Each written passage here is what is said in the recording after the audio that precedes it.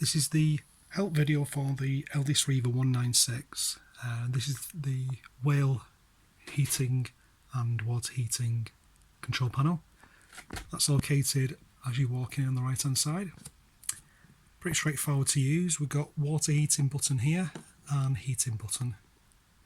Okay, so what you need to do, press it once, just lights up a little bit, then if you press it a second time it goes through the motions of how much power we're going to use.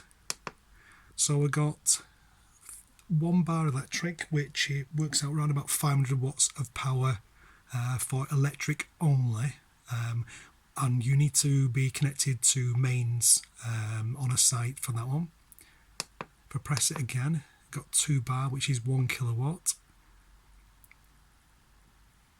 and then we've got gas only, and then we've got gas and electric, low power, and then we've got gas and 2 bar electric, which works out around about 4 kilowatts of power altogether.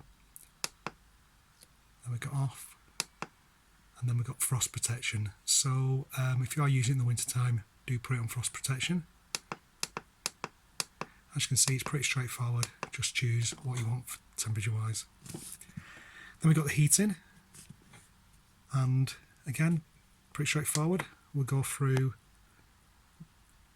the electric there, gas and electric combined, off, and then we've got single electric 500 watts, 1 kilowatt and 2 kilowatt. And then we've got the temperature control, which is the plus or minus.